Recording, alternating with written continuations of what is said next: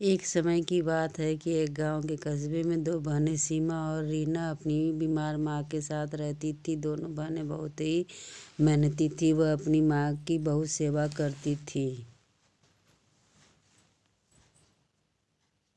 एक दिन सीमा अपनी छोटी बहन रीना से कहती है, रीना तू माँ को दवा दे दे और थर्मामीटर से उनका बुखार भी नाप लेना। मैं गाय का दूध दो रही हूँ। रीना उम्र में सीमा से छोटी थी, मगर रीना को यह बिल्कुल भी पसंद नहीं था कि कोई उससे काम करने का आर्डर दे।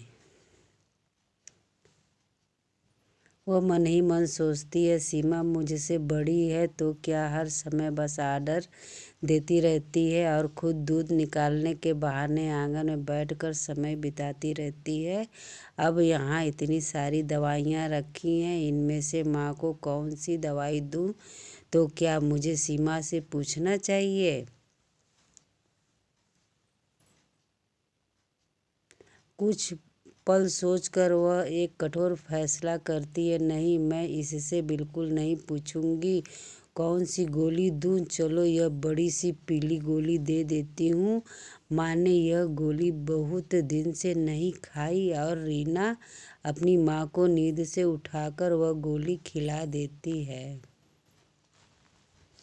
वह गोली खाकर कुछ देर बाद माँ की तबीयत और ज़्यादा बिगड़ने लगती है, क्योंकि रीना अनजाने में गलत दवा दे देती है। यह सब देखकर वह घबराकर सीमा को आवाज़ लगाती है और कहती है, सीमा, माँ की तबीयत अब ज़्यादा खराब हो रही है।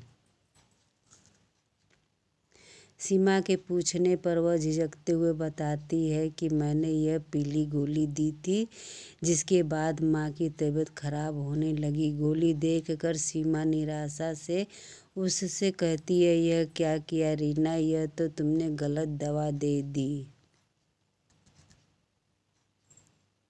समय बीतने के साथ साथ माँ की तबीयत और ज़्यादा खराब होती जाती है, जिसका एहसास होने पर उनकी माँ अपनी दोनों बेटियों को समझाते हुए कहती हैं, रो मत मेरी प्यारी बेटियों, शायद मेरी ज़िंदगी में आज का दिन ही आखिरी लिखा है और वैसे भी इस बोझ भरी ज़िंदगी का ख़त्म हो जाना ही अच्छा है, पर उससे पहले मैं तुम्हें कुछ देना चाहती हूँ।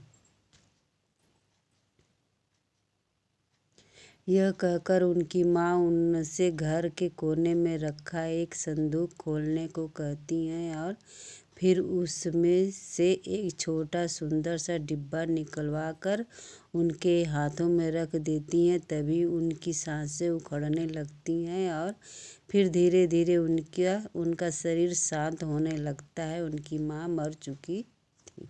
दोनों बहनें बहुत रोती हैं और कहती हैं, अब इस दुनिया में हमारा सहारा कौन है? रीना कहती है, माँ माफ़ कर दो, मैंने आपको गलत दवा दे दी जिससे आपकी तबीयत इतनी खराब हुई, मुझे माफ़ कर दो। माँ कुछ देर बाद उनका ध्यान उस सुंदर से डिब्बे की तरफ जाता है जो उनकी माँ उन्हें देकर गई थी और फिर वह दोनों उसे खोलकर देखती हैं। उस डिब्बे से उन्हें एक पत्र और दो पोटली मिलती है, जिसे निकालकर वह बड़ी उत्सुकता से पढ़ती हैं। पत्र में लिखा था, मेरी प्यारी बेटियों, अब शायद मैं इस दुनिया में नहीं हूँ और जब तक ये पत्र और पोटलियाँ तुम्हें मिलेंगी तुम्हारी शादी की उम्र हो गई होगी।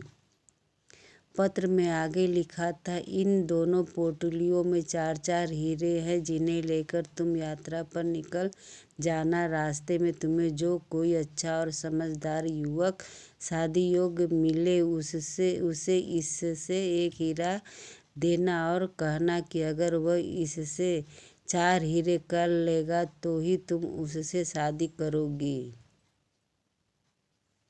यह पत्र पढ़ने के पश्चात कुछ दिनों बाद दोनों बहनें माँ के कहे अनुसार शहर की यात्रा पर निकल पड़ जाती हैं और रास्ते में सीमा को एक लड़का काफ़ी पसंद करता है, तो सीमा एक हीरा पोटली में से निकाल कर देती है और उससे बोलती है, तुम इस से 4 हीरे कर लो तो आना और मुझसे दिए गए पते पर आकर शादी कर लेना। कुछ आगे जाने पर एक और लड़का मिलता है और रीना से शादी के लिए आकर कहता है। वह भी अपनी बहन की तरह उस लड़के को एक हीरा देती है और कहती है, जब इस हीरे से तुम 4 हीरे खरीद लो तो तुम मुझसे आकर शादी कर लेना।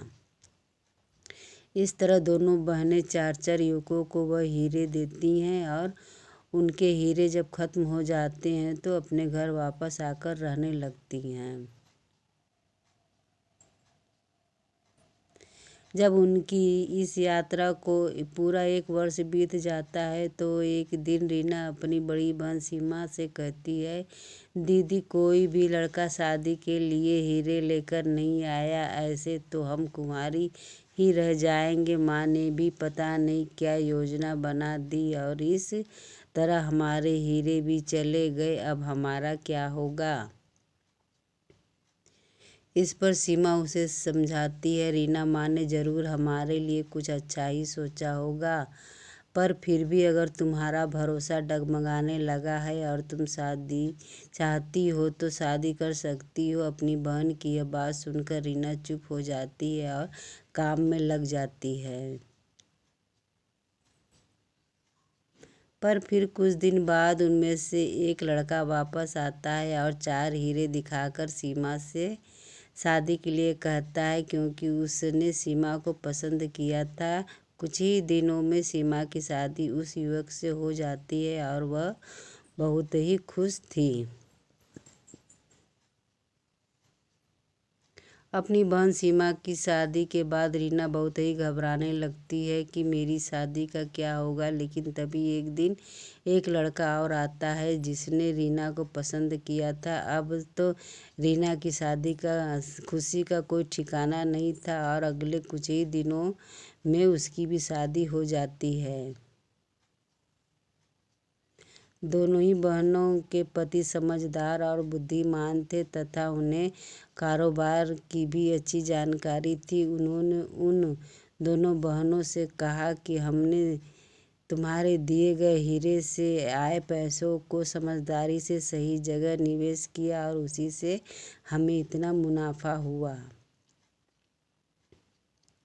जब उन्हें सारी बात का पता चलता है तो दोनों ही युवक उनसे कहते हैं, अवश्य ही तुम्हारी माँ बहुत होशियार होंगी जो निवेश की असली ताकत को जानती थी, तभी उन्होंने तुमसे ऐसा करने को कहा। जब यह सब जानकर और समझकर सीमा बड़ी खुश होकर अपनी छोटी बहन रीना से कहती है, देखा हमारी माँ कितनी समझदार थी और हमारा कितना भला सोचती थी।